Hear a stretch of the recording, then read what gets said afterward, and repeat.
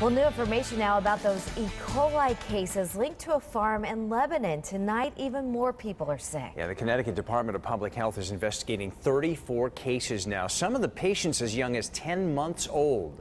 News 8's been following this story since the first report of trouble there last week. News 8's Noel Gardner dug up some new information tonight. The State Department of Public Health confirming 34 cases of E. coli have been linked to the Oak Leaf farm in Lebanon. It can be from 2 days to 10 days after exposure. The farm closed a week ago yesterday, so there may still be people getting sick as a result of having been there. According to the DPH, those infected range in ages from 10 months to 45 years. 3 people have been diagnosed with a rare but serious illness that affects the kidneys and blood clotting system. I think it's very sad. I think it's disturbing, obviously, and I hope they can figure out what's wrong. I feel bad for the farmers and the people who are so sick.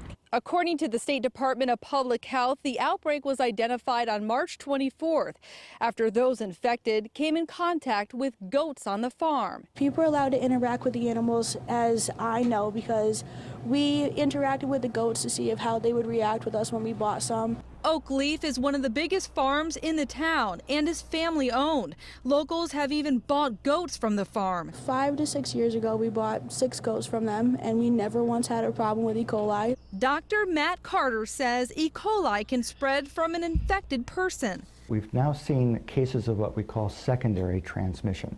This is where there's a sick person in the house and they transmit it to somebody else. If there's somebody in the household who has this E. coli infection, or if you have E. coli infection, hand washing is critical. We got in touch with the owners of the farm. They are not commenting at this time.